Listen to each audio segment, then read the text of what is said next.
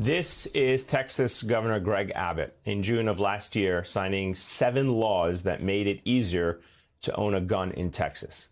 That was all part of a slew of legislation that he signed loosening gun restrictions in the state. And one of the laws makes it legal to carry handguns in public without a license for anyone over 21. Now, prior to that, Texans needed to take a 4 to 6 hour training course. They had to pass a written exam. They had to pass a shooting proficiency exam, or at least demonstrate that they have shooting proficiency. Abbott's signature eliminated all of that. Another one of those laws declared Texas a sanctuary state for guns, which basically forbids local agencies from enforcing federal gun laws. So perhaps it is fitting that this week, on Friday, Greg Abbott is scheduled to speak at a big NRA forum in Houston, a forum on legislative action. Other notable speakers on the schedule for that event are Donald Trump, who is the headliner, of course, Senator John Cornyn, and Senator Ted Cruz. Although tonight, Senator Cornyn's office told NBC News that he is no longer attending that forum. They say his cancellation has nothing to do with the shooting. He just has to be in D.C. for personal reasons on Friday. As far as we know, Abbott and Trump and Cruz are all still planning to attend it. And who knows, maybe they are going to use the opportunity to advocate for, I don't know, simple common sense gun control laws, maybe. I don't know. Maybe they'll do it directly to the NRA itself, but I got to be honest with you, I don't think so. I mean, listen to what Senator Ted Cruz had to say this afternoon. You know, inevitably, when there's a murder of this kind, you see politicians try to politicize it. You see Democrats and a lot of folks in the media whose immediate solution is to try to restrict the constitutional rights of law-abiding citizens. That doesn't work. It's not effective. It doesn't prevent crime. We know what does prevent crime, which is going after felons and fugitives and those with serious mental illness, arresting them, prosecuting them when they try to illegally buy firearms. Here's an idea, Senator. Texas currently does not require background checks for guns sold or traded at gun shows. So if you want to prevent felons from getting their hands on guns, fixing that sounds like a layup. I mean, the reality here is it is incredibly easy to access a gun perfectly legally in Texas. That's the truth. The Giffords Law Center to Prevent Gun Violence gives Texas gun laws an F, literally an F. They point out that it is so easy to get guns in Texas that gangs actually smuggle them across the border into Mexico. They buy them in Texas, smuggle them into Mexico. That's how easy it is to get them in Texas. Texas State Senator Rolando Gutierrez told NBC News tonight that in a briefing with Texas State Rangers said that the shooter in Uvalde purchased 2 assault rifles on his 18th birthday legally. The shooter turned 18 last Monday. Now here we are today. Laws matter. Joining us now is Robin Thomas, Executive Director at the Giffords Law Center to Prevent Gun Violence. Robin, thank you so much for joining us this evening. I know it has been a long day for you and everyone else.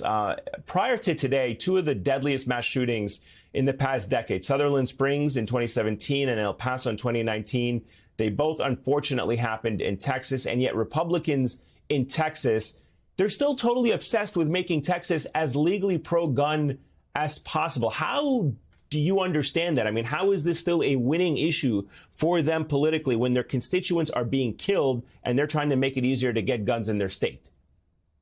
Well, part of it is exactly what Ted Cruz was just talking about, which is that, for one thing, politicians are in the pocket of the NRA and the gun lobby and special interests. They don't represent the interests of their constituents. They don't act in the interests of public safety. They do what the lobbyists tell them to do. And in part, they get away with it because they're willing to lie. I mean, most of what Ted Cruz just said is simply not true. But because he doesn't get called out with the facts, he's able to somehow convince people that these laws don't matter. And as you so correctly pointed out, of course laws matter. Texas's gun death rate is far higher than California's, where we have much more comprehensive gun regulation. Laws matter very much. But if people don't believe that, if they don't see it, if they aren't given good information by the people who represent them, then they may not be aware. They buy this ridiculous argument about the good guy with the gun being the solution, as opposed to smart regulation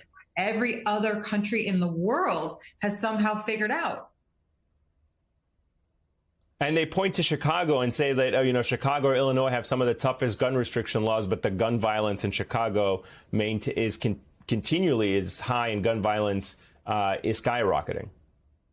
And part of the reason for that is because we have porous state borders. That's why we need federal reform, because all of those illegal guns that are being found in the city of Chicago, the guns that are being found in Washington, D.C. and New York City, they're coming from states with weak gun laws. In the same way that the gangs in Mexico are coming to Texas to buy guns because the laws are so weak, it's the same thing in Chicago. These guns are being trafficked from states like Indiana, where there are weak laws, and it's very, very easy to just bring the guns into the city of Chicago.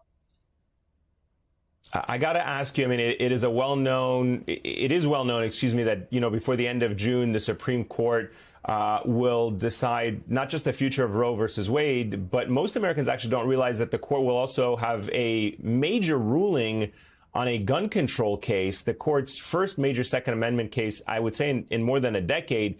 What's at stake in that case, and how will it impact states' ability to impose common sense gun restrictions, since it has to do with New York? So that case involves the restrictions that New York City places on who can carry loaded concealed weapons in public. And for people who've spent time in New York City, I think it makes a lot of sense that they wouldn't want a lot of loaded concealed weapons in the streets of such a crowded, busy, chaotic city.